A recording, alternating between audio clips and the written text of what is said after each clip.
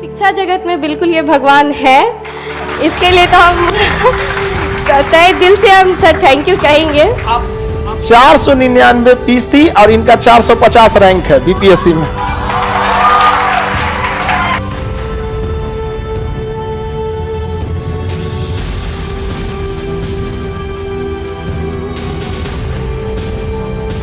बहुत खुशी होती है आप लोग के बीच में जब आप लोग भी सिलेक्शन लेके आइए यहाँ पर।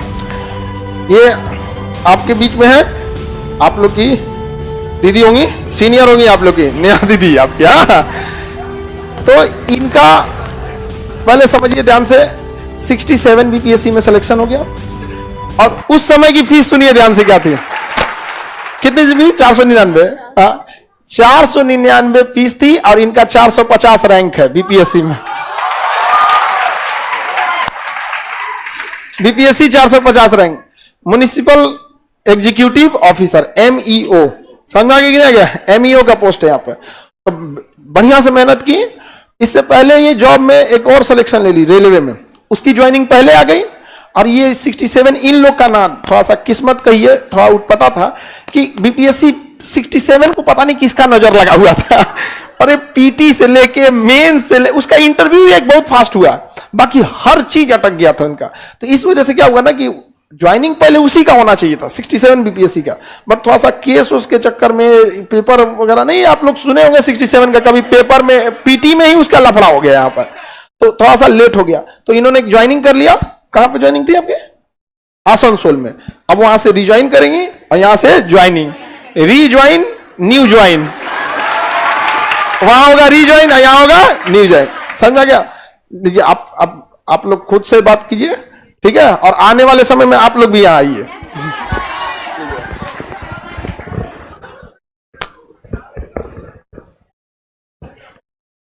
Good morning everyone, thank you sir ये मौका देने के लिए। मेरा नाम नेहा है और इस बार बीपीएससी में 67 बीपीएससी में 450 रैंक लाके MEO पोस्ट मिला है। और इस सफ़र में मेरे पीछे कई लोगों का योगदान है। मेरे पापा का, मेरे दोनों भाई हैं, मेरे 2 भैया हैं, और परिवारजन के सभी लोगों का, और दोस्तों का, साथ में जितने गुरुजन हैं सभी का। और ख़ासकर यहाँ पे खान सर के बारे में भी बताएंगे। तो शुरुआत अगर पहले हम अपने पिताजी के बारे में कुछ बोलना चाहेंगे। मेरे पापा पटना में हमको 2 साल रखे। एक पापा से हम जब कहे कि हमको पापा बीपीएससी के लिए पटना जाना है, तो उन्होंने मुझे बोला ठीक है चले जाओ। फिर इस बीच में बहुत फैमिली प्रेशर आया उनको, मेरी शादी से लेके सब कुछ बहुत फैमिली प्रेशर आया। तो एक बार हम बहुत फ्रस्ट्रेट थे। ये बात हम बताना चाहेंगे ऑनलाइन ऑफलाइन सभी लोगों को कि कैसे एक पिता अपनी बेटी को मोटिवेट किए, वो हम ये शेयर करना चाहेंगे। मेरे पापा हमको एक दिन बोले, हम काफ़ी फ्रस्ट्रेट थे, तो वो बोले कि देखो बेटा, मेरे लिए सबसे बड़ा है कि सबके लिए होगा, सबके गार्जियन के लिए प्रायोरिटी, और मेरे लिए भी है कि मेरी बेटी की शादी हो जाए, लेकिन मेरे लिए सबसे पहली प्राथमिकता है कि मेरी बेटी अपने पैरों पे खड़ी हो जाए। उसके बाद शादी मेरी दूसरी प्राथमिकता होगी। तो मेरे पापा जब हमको इतना हिम्मत दिए, तो मेरा भी फर्ज बनता था कि उनके सपनों को पूरा करें। तो आज हम आप सभी से कहेंगे कि अगर आपके पापा आपको यहाँ भेजे, आपके परिवार यहाँ भेजे हैं, तो उनके सपनों को ज़रूर पूरा कीजिए। आप ईमानदारी से मेहनत कीजिए तो आपका सिलेक्शन तय है कि होगा। और अभी तो इतना अच्छा फैकल्टी मिल रहा है, तो ये रहता तो शायद रैंक कुछ और होता। लेकिन कोई बात नहीं, अभी जो मिला है उसमें यही कहेंगे कि 499 वाले बैच में जो हम आए, तो इसमें ये बताएंगे कि सर इतना मतलब ऐसा फी रखे हैं कि क्या बताएं कि इस फी में मतलब एक तरह से कह लीजिए, और किसी चीज़ के बारे में तो नहीं पता, पर शिक्षा जगत में बिल्कुल ये भगवान है। इसके लिए तो हम तहे दिल से हम सर थैंक यू कहेंगे। आपको ना एससी वाले में रैंक लेके आना है। जी। अब आपका मेरे पिताजी, मेरे पेरेंट्स और आपका भी अगर ये सपना है तो उसके लिए हम जरूर कोशिश करेंगे। जी। और हम सबको यही कहेंगे, लड़के हो लड़कियां हो, सभी को, अगर सपने लेके आए हैं तो उसको पूरा करने के लिए ईमानदार मेहनत कीजिए, एकदम ईमानदारी से। और अगर आप ईमानदार कोशिश करेंगे तो कोई भी कितना भी परेशानी आए, कठिनाई आए, वो आपको नहीं रोक सकता है। मेरी अंजलि पूछते कहाँ से है दीदी आप? मेरा घर मुंगेर डिस्ट्रिक्ट में है, बरियारपुर मेरा गांव है। मुंगेर वाला है। जी, तो कहीं से भी हो, बस मेहनत कीजिए और तय है कि होगा। और परिवार लोग, फ्रेंड, फैमिली, सर लोग, सबका बहुत योगदान रहता है, सबका बहुत उम्मीद, सबकी बहुत उम्मीदें होती है आप पे। तो जब आप पूरा करते हैं, जैसे आज अधिकारी बने, तो मेरे पिताजी को जब वो खुशी के आंसू देखे तो वो मतलब काफी अच्छा लगा। ऐसे कोई भी बेटी शायद अपने माँ बाप को रोते हुए नहीं देखना चाहेगी, पर उस दिन का आंसू मेरे लिए बहुत बहुत कीमती था।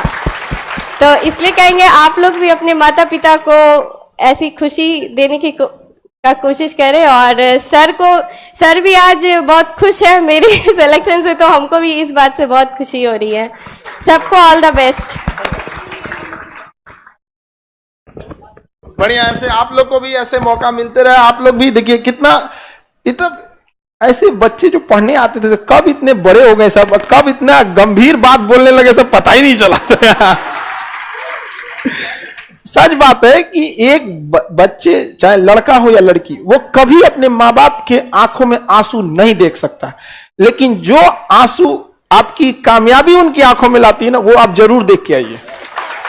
समझा कितना स्ट्रगल। और धन्य है वो पिताजी ने जिन्होंने आपको इतना आगे सपोर्ट किया, और आपने भी उसे ईमानदारी से पिताजी को लौटाया।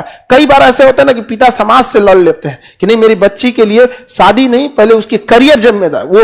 और होता क्या है ना कि लड़कियां यहाँ के लापरवाही से पढ़ने लगती हैं, लापरवाही का, तो उस पिता पे क्या बीतेगा। जब समाज से लड़ लिए हैं तो आपको भी एग्जाम से लड़के उनको सपने को पूरा करना है, और समाज में उन्हें उस ओहदा पे देना है कि जब चले तो आने वाले वक्त में ये न कहे कि कोई कहे कि नेहा के पिताजी जा रहे हैं, अधिकारी नेहा के पिताजी जा रहे हैं। चलिए, बहुत बहुत धन्यवाद। आप लोग आगे पढ़ते रहिए, ठीक है। आपको ढेर सारा आशीर्वाद, और ऐसे यूपीएससी निकाल के आइए आप लोग, ठीक है। मिठाई हम ले लिए, मिठाई ले लिए, अरे मिठाई हम कभी नहीं छोड़ सकते हैं। ऊपर वाले क्लास में थे ना यहाँ पे। और ना ये अपनी छोटी बहन को, अभी छोटी बहन भी अगले साल, किस साल आ जाओगी तुम ये बताओ?